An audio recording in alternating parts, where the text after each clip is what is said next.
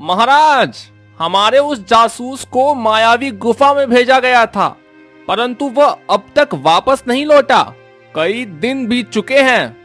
मायावी जंगल फिर से सक्रिय हो गया है। यह संकट टालना होगा। मंत्री जी, पूरे राज्य में घोषणा करवा दीजिए, आज के बाद कोई भी उस गुफा की ओर नहीं जाएगा। जो गया है वह कभी लौट कर नहीं आया, और मैं अपने प्रजाजनों की जान खतरे में नहीं डाल सकता। महाराज, मैं आज ही पूरे गांव में यह घोषणा कर देता हूं, ताकि कोई भी उस गुफा की तरफ ना जा पाए। सैनिक, तुम अभी इसी वक्त गांव जाओ और पूरे गांव में ढोल बजाकर यह ऐलान कर दो। जो आज्ञा मंत्री जी। इतना कहकर सैनिक गांव की तरफ रवाना हो जाते हैं। सुनो सुनो सुनो, सभी गांव वाले ध्यान से सुनो। हमारे महाराज का सख्त आदेश है कि कोई भी उस मायावी जंगल की गुफा की तरफ नहीं जाएगा। जो भी गया है वह कभी वापस नहीं आया। इसलिए अब से जो भी उस दिशा में जाएगा वह राज्य का गद्दार माना जाएगा और उसे मिलेगी सबसे कठोर सजा। गांव में हलचल मच जाती है। लोग आपस में चर्चा करने लगते हैं। अरे, उस मायावी गुफा में ऐसा क्या है जो गया वो कभी लौट कर नहीं आया? अरे हाँ, हमने तो सुना है कि उस गुफा में बहुत सारा खजाना छिपा है, लेकिन जो भी वहां गया है वह कभी वापस नहीं आया। यह तो एक रहस्य बनकर रह गया है। कहते हैं वहां किसी पुराने समय की आत्माएं रहती हैं। कोई कहता है वहां दैत्य बसता है, और कोई कहता है कि वहां अमूल्य खजाना है, मगर सच्चाई क्या है कोई नहीं जानता। हे भगवान, ये सब क्या हो रहा है? पहले ही घर की हालत खराब है, अब ये नया डर। अब मैं क्या करूं? मिट्टी का एक भी बर्तन नहीं बिकता। बेटी की शादी का बोझ सीने पर है, और ऊपर से ये खजाने की अफवाहें गांव में आग की तरह फैल रही हैं। फिर रघु अपनी मिट्टी के बर्तन लिए घर पहुंचता है।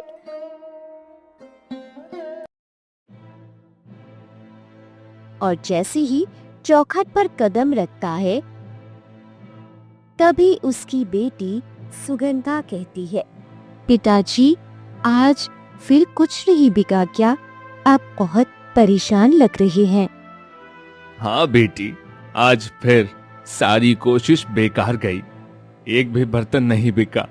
अब समझ नहीं आता क्या करूं, किस ओर जाऊं मैं? पिताजी, आप हिम्मत मत हारिए, भगवान सब देख रहा है। एक ना एक दिन सब ठीक हो जाएगा। कुछ दिन बीतते हैं। रघु मिट्टी के बर्तन बना रहा था। तभी एक गधा उसके पास आकर खड़ा हो जाता है। अरे, ये गधा कहाँ से आया लगता है? इसका मालिक इसे छोड़ गया है। चलो, कोई बात नहीं, इसे मैं रख लेता हूँ। कम से कम बाजार तक बर्तन ढोने में काम आ जाएगा। पिताजी, ये गधा कहाँ से आ गया? पहले तो यहाँ कभी नहीं देखा इसे। सुगंधा, आज ये खुद ही आया है। चलो, अच्छा ही है ना, हमें एक मुफ्त का सवारी मिल गया। अगले दिन रघु गधे पर मिट्टी के बर्तन लादता है और बाजार की तरफ निकल पड़ता है। दिन भर की कड़ी मेहनत करने के बाद भी उसके बर्तन आज भी नहीं बिकते। फिर रघु उदास मन से बाजार की ओर लौट रहा था।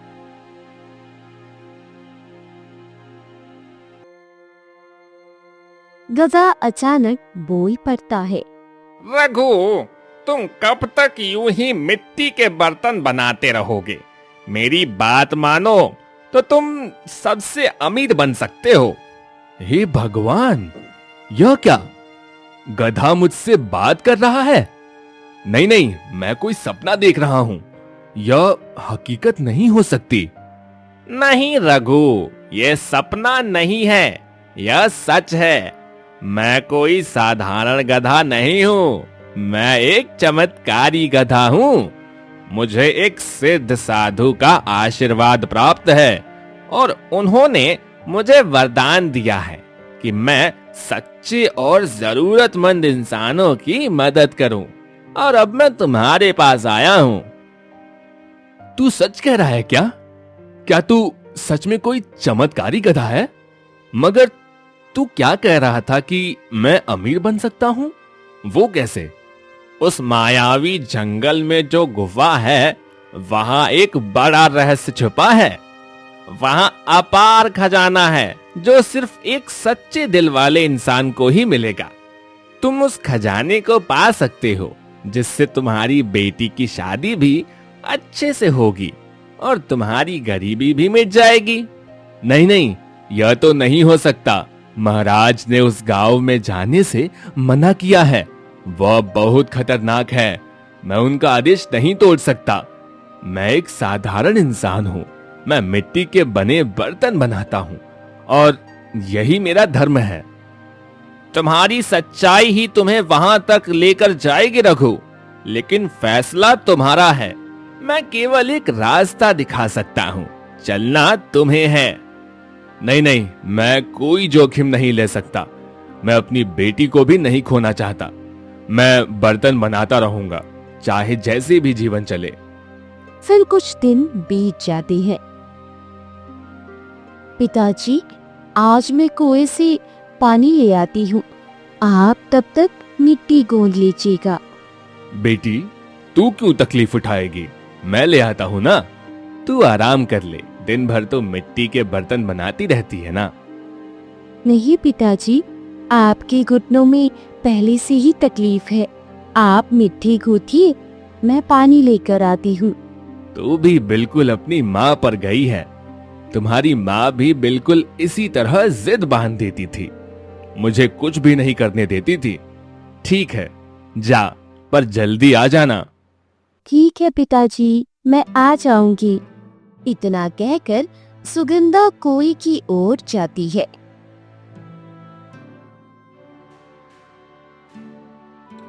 तभी सामने से कुंदन सेठ का बेटा आता है। अरे ओ सुगंधा, मैं तुझसे कितनी बार कह चुका हूँ, मुझसे शादी कर ले, मैं तुझे रानी बनाकर रखूंगा। फिर तुझे कभी पानी भरने के लिए कुएं तक नहीं आना पड़ेगा। देख कुंदन, मैं तुझसे साफ साफ कह चुकी हूँ, मेरे रास्ते में मत आया कर, मुझे छेड़ने की कोशिश मत करना। मैं एक कुम्हार की बेटी हूँ, पर जरूरत पड़ी तो तुम्हारे जैसे लुच्चे लफंगे से शादी करने से अच्छा मैं कुंवारी ही रह लूंगी। अरे क्यों नहीं, मेरी रानी बनकर रहोगी। क्या कमी है मुझ में? तू बस हाँ कर दे, फिर देख कैसे तेरी दुनिया बदलता हूँ मैं।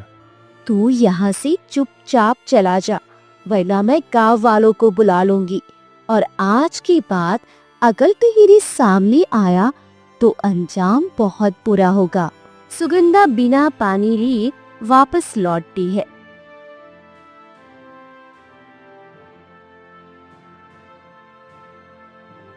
रघु बाहर आता है। बेटी, तू वापस भी आ गई और पानी भी नहीं लाई, क्या हुआ? पिताजी, मैं क्या करूं? उस कुंदन से मैं बहुत परेशान हो गई हूँ। वह रोज मेरी राह रोकता है और कहता है मुझसे शादी कर ले, मैं तुझे रानी बना दूंगा। यह सेठ का लड़का तो कभी नहीं सुधरेगा। कल ही तो उसने गांव की एक लड़की को छेड़ा था और उसके पिता ने उसे खूब डांटा था। अब तो हद हो गई है। रुक, मैं अभी उसके बाप से जाकर बात करता हूँ। रघु सेठ के घर पहुंचता है। सेठ जी, बाहर आइए, मुझे आपसे कुछ जरूरी बात करनी है। क्या हुआ? तो इतना शोर क्यों मचा रहा है? सेठ जी, आप अपने बेटे कुंदन को समझाते क्यों नहीं हो? वह रोज मेरी बेटी को परेशान करता है। आज तो वह उसे कुएं से पानी भरने भी नहीं देने दिया और जबरदस्ती शादी की बात कर रहा था। ठीक ही तो कह रहा था मेरा बेटा, क्या कमी है उसमें? तू अपनी बेटी की शादी उससे क्यों नहीं कर देता? देख, मेरे पास दौलत है, जमीन है, नाम है, तू और क्या चाहता है? सेठ जी, दौलत से कोई अपनी बेटी का हाथ नहीं देता और मैं कभी भी अपनी बेटी का विवाह आपके जैसे बिगड़ैल बेटे से नहीं कर सकता। तू नहीं करेगा तो क्या, मैं हाथ जोड़कर बैठा रहूंगा? एक दिन जब मेरा गुस्सा फूटेगा तब मैं खुद तेरी बेटी को उठा ले जाऊंगा और जबरन अपने बेटे से ब्याह कर दूंगा, समझा? सेठ जी, आप यह ठीक नहीं कर रहे हैं। आप भी एक पिता हैं और एक पिता को दूसरे पिता का दर्द समझना चाहिए। चल भाग यहां से, तेरे पास खाने को नहीं और चला है मेरी बराबरी करने। रघु दुखी होकर घर लौटता है। तभी गधा बोलता है, क्या हुआ रघु, आज तुम बहुत उदास लग रहे हो, क्या बात है? क्या बताऊं यार, मैं सेठ के पास गया था इंसाफ मांगने, लेकिन उसने उल्टा मेरी बेटी को बुरा भला कहा और मुझे भी अपमानित किया। रघु, मैंने तुझे पहले ही कहा था, अगर तेरे पास धन होता तो आज तुझे कोई नीचा नहीं दिखाता। अभी भी समय है, चल मेरे साथ गुफा तक, मैं तुझे इतना धन दिलाऊंगा कि तू उस सेठ से भी बड़ा आदमी बन जाएगा और अपनी बेटी का विवाह एक अच्छे घर में कर सकेगा। नहीं, मैं अब भी महाराज की आज्ञा नहीं तोड़ सकता। मैं चाहे जो भी सहूं, पर इस गुफा की तरफ नहीं जाऊंगा। तभी कुछ दिन और बीत जाते हैं। फिर एक दिन दरवाजे पर सेठ और कुंदन आते हैं। सुगंधा बेटी, देख दरवाजे पर कौन है, जाकर दरवाजा खोल दे। फिर सुगंधा जैसे ही दरवाजा खोलती है, कुंदन है दरवाजे पर। कुंदन, चल उठा ले इस सुगंधा को, आज ही अपने घर की बहू बना, कोई तुझे कुछ नहीं कहेगा, मुखिया भी नहीं और रघु भी नहीं। मैं तुझसे कितनी बार कह चुका हूं सुगंधा, चल मेरे साथ, अब तुझे रानी बनाकर रखूंगा, तेरे लिए महल बनवाऊंगा। मैं तुझसे बहुत प्रेम करता हूं और तेरे बिना मैं एक पल भी नहीं जी पाऊंगा। नहीं, मुझे मत ले जाओ, मैं तुम्हारे साथ नहीं जाऊंगी। पिताजी बचाइए, पिताजी मुझे बचाइए, इस दानव से बचाइए पिताजी। मेरी बेटी को छोड़ दो, मेरी बेटी को हाथ मत लगाना, वरना जो होगा वह तेरा सबसे बुरा सपना होगा। चुप हो जा रघु, तूने मेरी बात नहीं मानी, अब भुगत उसका अंजाम। अब तेरी बेटी मेरी बहू बनेगी, चाहे तेरी मर्जी हो या ना हो, उससे मुझे कोई फर्क नहीं पड़ता है। चल सुगंधा, अब तुझे रोकने वाला कोई नहीं है, अब तू मेरी है, सिर्फ मेरी। पिताजी मुझे बचाइए, ये दानव मुझे खींचकर ले जा रहा है, मैं मर जाऊंगी मगर इसके साथ नहीं जाऊंगी पिताजी। फिर सेठ और कुंदन सुगंधा को जबरदस्ती खींचते हुए लेकर चले जाते हैं। हे भगवान, अब मैं क्या करूं? मेरी बेटी को कौन बचाएगा? हे प्रभु, मेरी मदद करो। तू चिंता मत कर रघु, अब मैं कुछ करता हूं।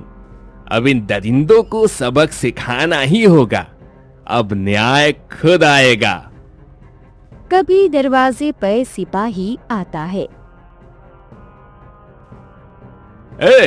क्या तू ही रघु है? हाँ, मैं ही रघु हूँ। क्या बात है? क्या तुम मेरी बेटी को बचा सकते हो? तुझे हमारे साथ चलना होगा।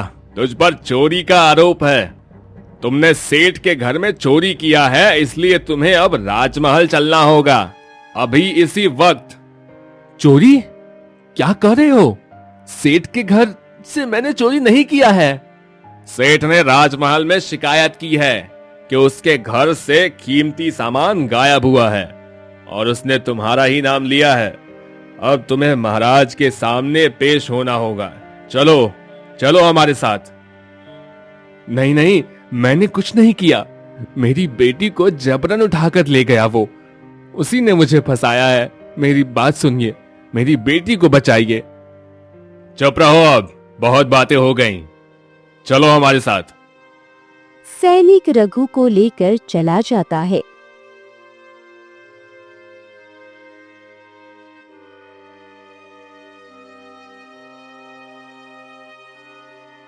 हे भगवान, अब मैं क्या करूं?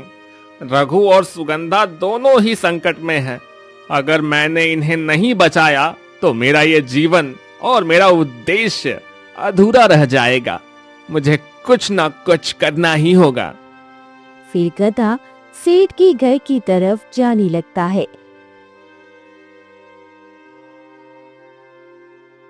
और दरवाजे के बाहर खड़ा होकर अंदर की आवाज सुनने लगता है। अब मजा आ गया। उस रघु को चोरी के इल्जाम में फंसा दिया। सैनिक उसे पकड़कर ले गए और उसकी बेटी अब हमारे घर में है। अब कुंदन जो चाहे कर सकता है। अब कोई रोकने वाला नहीं बचा। पिताजी, आप तो कमाल के निकले। हर बार मेरी ख्वाहिश पूरी करते हो। आप दुनिया के सबसे अच्छे पिता हो। गधा एक कोली में छिपा हुआ सब सुनता है। तो यह इन दोनों की चाल थी। अब मैं समझ गया। मुझे अब जल्दी से कुछ करना होगा। गधा एक कमरे में झांकता है।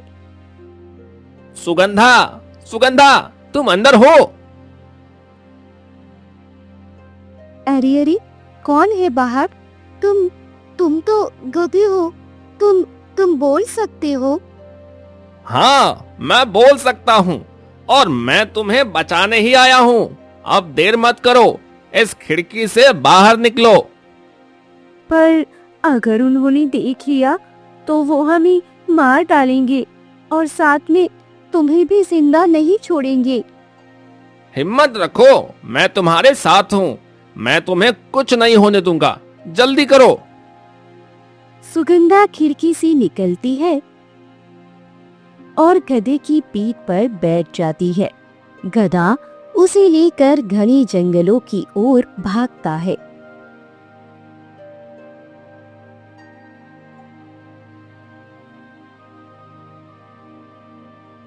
अब तुम यहीं पर इस पेड़ के पीछे छिप कर बैठो। मैं तुम्हारे पिताजी को लेकर आता हूँ। इतना कहकर गधा फिर राजमहल की तरफ निकल पड़ता है और दीवार के पास छिपा होता है। अब मैं कैसे अंदर जाऊं? सिपाही तो हर जगह तैनात हैं। तभी दो सिपाही बातें करते हैं। अरे यार, बहुत देर हो गई। अब तो थक गया हूँ, थोड़ा आराम कर लेता हूँ। अरे ऐसा मत कर, अगर महाराज को पता चला तो हम गए। अरे इतनी रात को कौन देखेगा? 12 बजने को हैं। चल थोड़ी देर झपकी ले लेते हैं। दोनों सिपाही झपकी लेने लगते हैं। अब यही मौका है, मुझे अभी जाना होगा। गधा महल के अंदर छिपता छिपाता कैद खाने तक पहुंचता है। तू यहाँ कैसे आया? यहाँ से भाग जा, वरना तुझे भी सिपाही पकड़ लेंगे। नहीं नहीं रघु, मैं तुम्हें बचाने आया हूँ। मैं तुम्हें यहाँ से निकाल कर तुम्हारी बेटी के पास ले जाऊंगा। चलो चलो मेरे साथ। गधा रघु को बाहर निकाल ले जाता है और जंगल की उसी जगह लाता है जहाँ सुगंधा छिपी होती है। सुगंधा, तू यहाँ कैसे आ गई? कुंदन तुझे उठा के ले गया था ना? पिताजी, इसने मेरी जान बचाई है। यह मुझे खिड़की से निकालकर जंगल तक ले आया। दोस्त, तू सच में कोई चमत्कारी जीव है। तूने मेरी बेटी को बचाया, मेरी जान बचाई। मैं तेरा यह एहसान कभी नहीं भूलूंगा।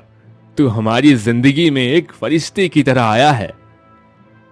रघु, अभी भी वक्त है। अब तुम्हें उस गुफा के रहस्य को सुलझाना होगा। अब समय आ गया है कि तुम उस धन को प्राप्त करो जो तुम्हारे जीवन को बदल सकता है। अब मैं तैयार हूं। अगर मेरे पास धन होता तो आज मुझे कोई चोरी का इल्जाम नहीं झेलना पड़ता।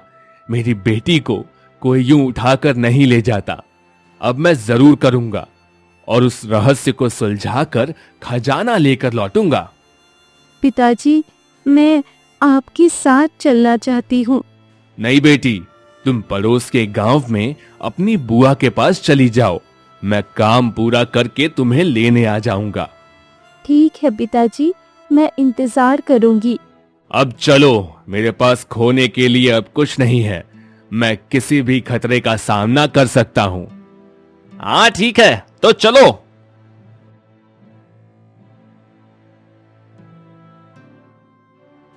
फिर दोनों घने जंगलों की तरफ निकल पड़ते हैं।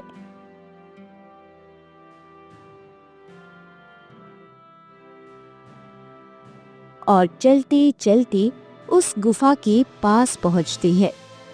यही वो गुफा है। अब तुम्हें इसके अंदर जाना होगा। अब मेरा रास्ता यहीं तक है। इसके आगे तुम्हें अकेले जाना होगा। पर तुमने तो कहा था कि तुम मेरी मदद करोगे। मैं जितना जानता था उतना तुम्हें बता दिया। अब जो आगे होगा वो तुम्हारी किस्मत तय करेगी। गधा धुंध में विलीन हो जाता है।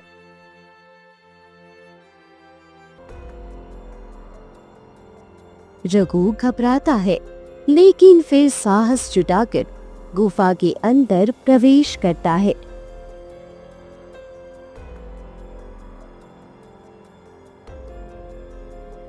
अचानक एक विशाल राक्षस प्रकट होता है। ठहर जा निर्बुद्धि मानव, यहाँ तेरी मृत्यु तेरा इंतजार कर रही है। अभी लौट जा, वरना यही नष्ट हो जाएगा। मैं मृत्यु से नहीं डरता। मैं इस गुफा का रहस्य जानने आया हूं। चाहे जान भी चली जाए, पीछे नहीं हटूंगा। हिम्मत दिखा रहा है?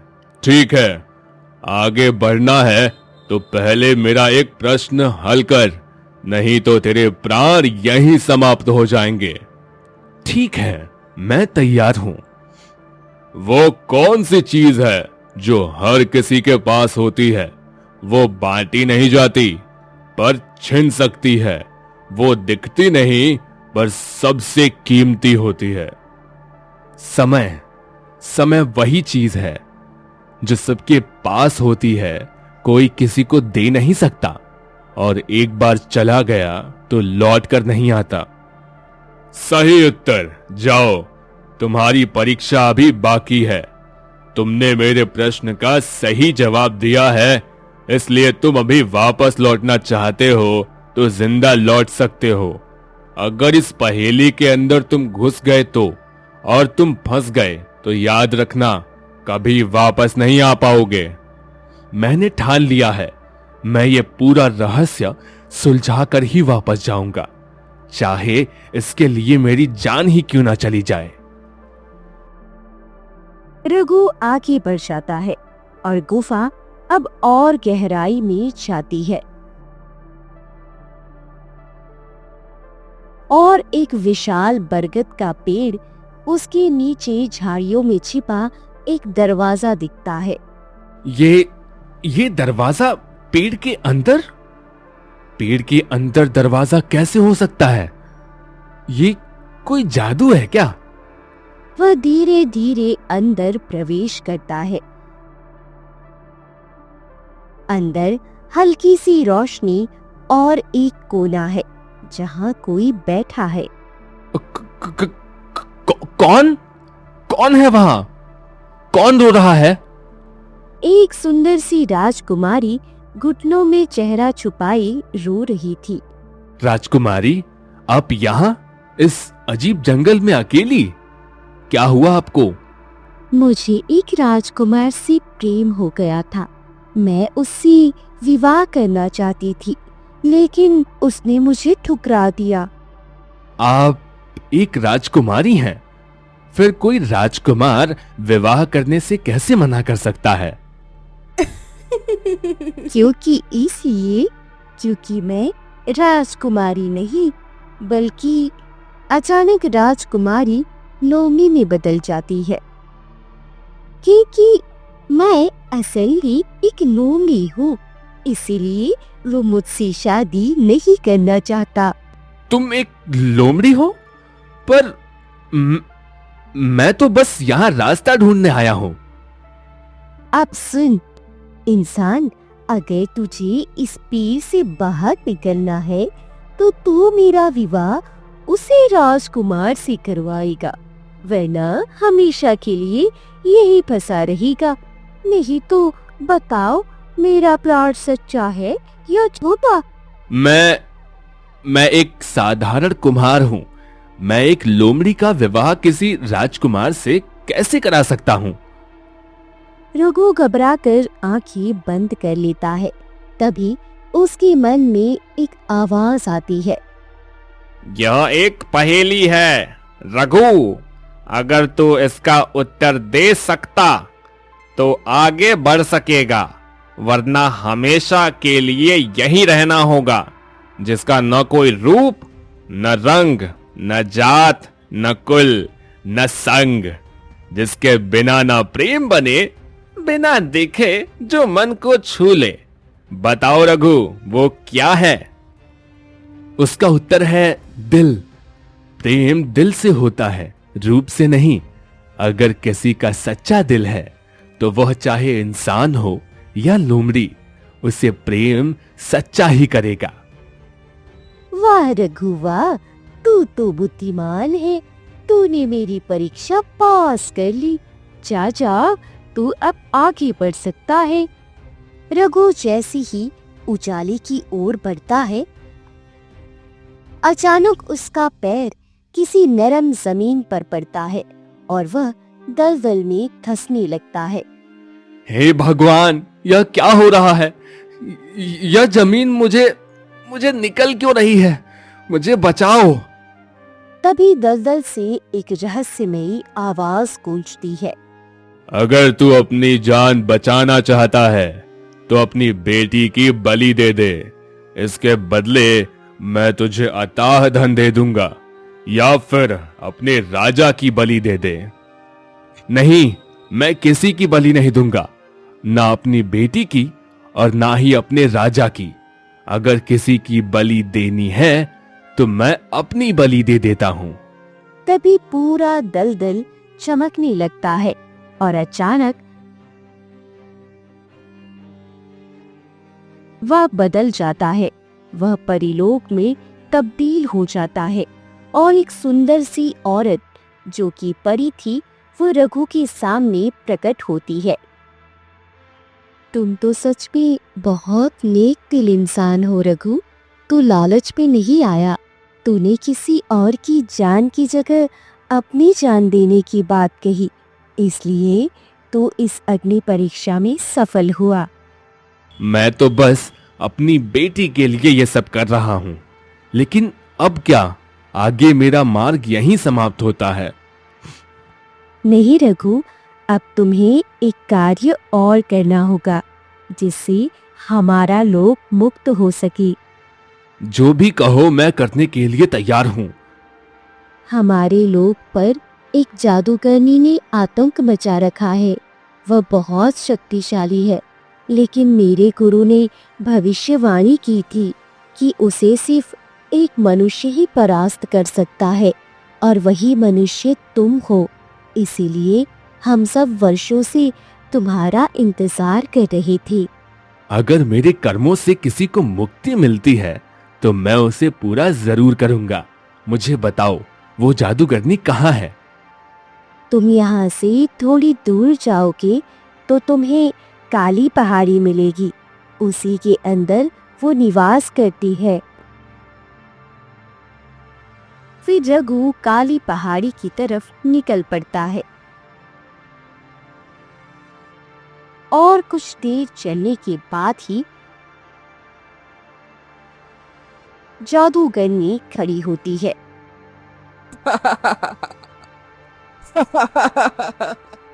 लगता है डर की वजह से परी का दिमाग खराब हो गया है, जो कि एक मामूली इंसान को भेजा है मुझे हराने के लिए। परी तो सच में पागल हो गई है। मैं नहीं जानता मेरे अंदर क्या है, लेकिन अगर मैं न्याय के लिए आया हूं तो मैं पीछे नहीं हटूंगा। रघु की आंखों से अचानक एक दिव्य प्रकाश निकलता है, जो जादूगरनी को छूते ही आग में बदल जाता है और वह जादूगरनी वहीं जलकर भस्म हो जाती है। यह क्या हुआ मेरे साथ? मैं कोई जादूगर तो नहीं था, फिर यह कैसे हुआ? परी पीछे से प्रकट होती है और मुस्कुराती है। रघु, तुम कोई साधारण कुम्हार नहीं हो।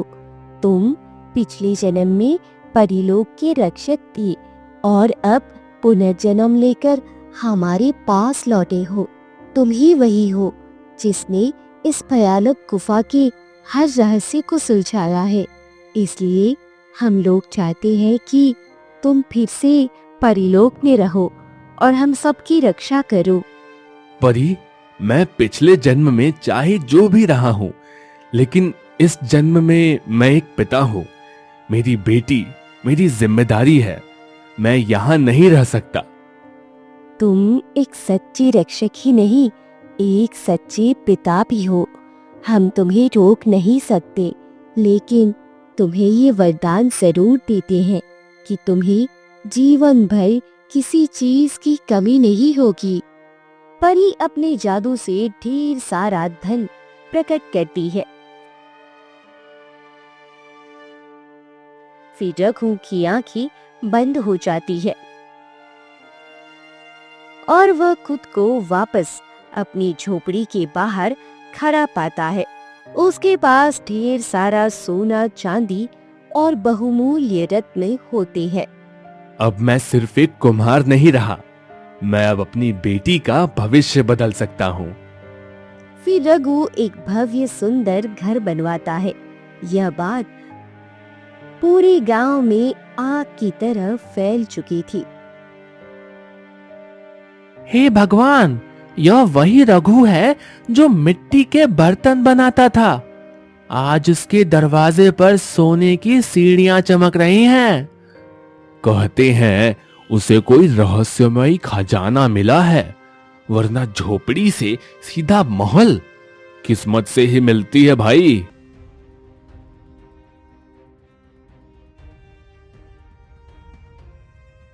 वहीं दूसरी तरफ राजमहल में मंत्री हाफता हुआ आता है। महाराज, एक बहुत ही आश्चर्यजनक बात सामने आई है। हमारे गांव का एक साधारण कुम्हार रघु अब पूरे राज्य का सबसे धनी व्यक्ति बन चुका है। और वो वही रघु है जो कि हमारे कैद खाने से भाग गया था। कहो मंत्री, यह चमत्कार कैसे हुआ? एक कुम्हार के हाथ में खजाना कैसे लग गया? महाराज, हमारे गुप्तचर कहते हैं उसने कहीं से भारी भरकम धन प्राप्त किया है और अब वह पूरे गांव का सबसे समृद्ध व्यक्ति बन गया है। तुरंत उसे हमारे दरबार में हाजिर किया जाए। मुझे उससे स्वयं यह रहस्य पूछना है। कुछ समय बाद सैनिक रघु को दरबार में लेकर आते हैं। महाराज, आपके आदेश अनुसार रघु को यहाँ लाया गया है। रघु, सच सच बताओ, तुम्हारे पास इतना धन कहां से आया? क्या तुमने चोरी की, राजकोष को लूटा या किसी जादू का सहारा लिया? महाराज, मेरी बात सुनिए। मैंने कोई चोरी नहीं की। मैंने आपकी आज्ञा के विरुद्ध उस गुफा का रुख किया जिसके बारे में कहा गया था कि वहां मृत्यु ही मृत्यु है। पर महाराज, मैं मजबूर था। एक गधा मेरी सहायता के लिए आया। मैंने गुफा के हर रहस्य को सुलझाया, हर परीक्षा को पार किया और अंत में जब मैंने अपनी प्राणों की आहुति देनी चाहिए तो उस दलदल ने परी लोक का रूप ले लिया और वहां मुझे वह खजाना सौंपा गया जो केवल किसी सच्चे हृदय को मिल सकता है। महाराज, ये वही कुम्हार है जो कैद खाने से भाग गया था। हमने समझा था ये दोषी है, पर यह तो एक वीर है। रघु, तुमने अपने कर्मों से सिद्ध कर दिया है कि साहस, सच्चाई और बलिदान ही सबसे बड़ा राजयोग है। तुमने वो कर दिखाया जो कोई राजकुमार भी नहीं कर पाया। महाराज, मेरी एक पुत्री है जिसे मैं विवाह के योग्य बनाना चाहता हूं। मैं बस इतना चाहता हूं कि वो सुखी रहे, फिर मैं जीवन भर आपकी सेवा में समर्पित हो जाऊंगा। नहीं रघु, अब तुम केवल मेरी सेवा नहीं करोगे, तुम मेरे परिवार का हिस्सा बनोगे। मैं तुम्हारी बेटी का विवाह अपने पुत्र से कराऊंगा और इसे इस राज्य की महारानी बनाऊंगा और तुम्हें अपना सबसे विश्वास पात्र सलाहकार घोषित करता हूं। महाराज, यह निर्णय केवल न्याय नहीं, यह पूरे राज्य के भविष्य को बदलने वाला निर्णय है। रघु का खजाना अब राज्य को समृद्ध करेगा। हमारा राजकोष फिर से भर जाएगा। लेकिन उससे पहले उसे सजा मिलनी चाहिए जिसने इस ईमानदार व्यक्ति को झूठे इल्जाम में कैद कराया। मंत्री जी, जाइए, सेठ और उसके कुपुत्र को पकड़कर दरबार में लाया जाए।